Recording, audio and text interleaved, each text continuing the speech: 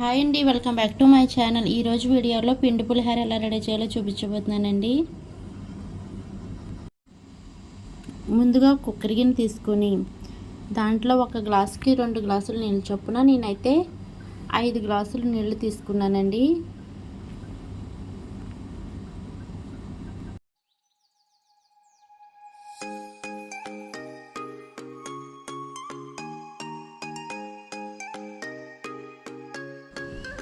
ఇలా వాటర్ తీసుకున్న తర్వాత దీంట్లో రుచికి తగినంత ఉప్పు, ఒక చిన్న స్పూన్ పసుపు, ఒక స్పూన్ ఆయిల్ వేసి ఈ నీళ్ళను బాగా మరిగించుకోవాలి.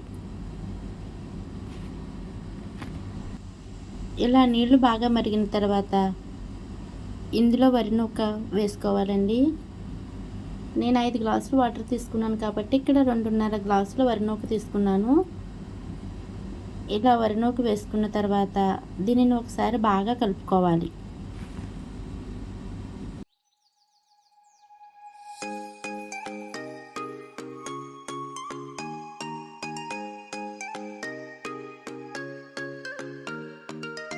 బాగా కలుపుకున్న తర్వాత కుక్కర్ మూత పెట్టుకొని 2 విజిల్స్ అయితే రానివ్వాలి.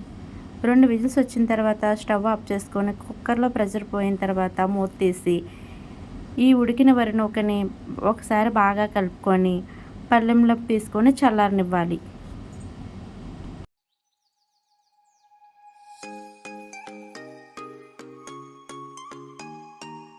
స్టవ్ అంటించి కళాయి పెట్టుకొని అందులో ఒక 4 స్పూన్లు నూనె వేసుకొని నూనె వేడెక్కిన తర్వాత 1 కప్పు వేరుశెనగ గుళ్ళు వేసుకొని వేరుశెనగ గుళ్ళని వేయించుకోవాలి.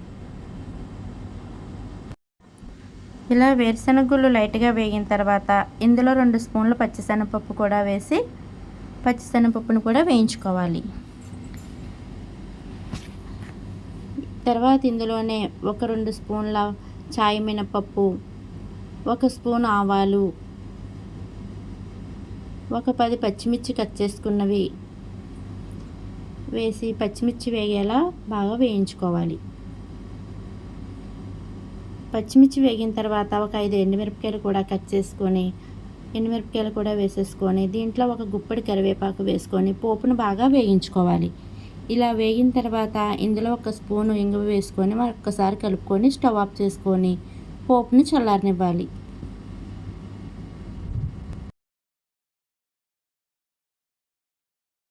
ముందుగా ఉడికించి సిద్ధం చేసుకున్న వరి నూకని ఇలా చల్లారిన తర్వాత ఉండలు లేకుండా బాగా కలుపుకోవాలి.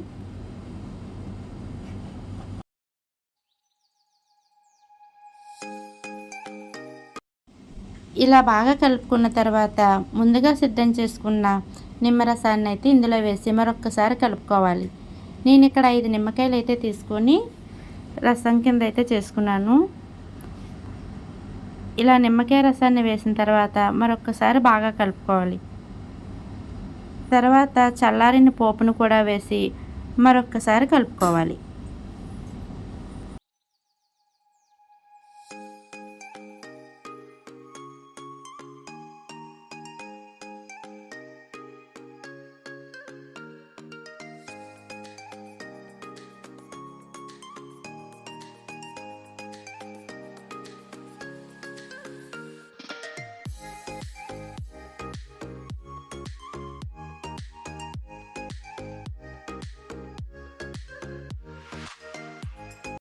అంతే అండి, ఎంతో టేస్టీ అయిన పిండి పులిహోర అయితే రెడీ అండి.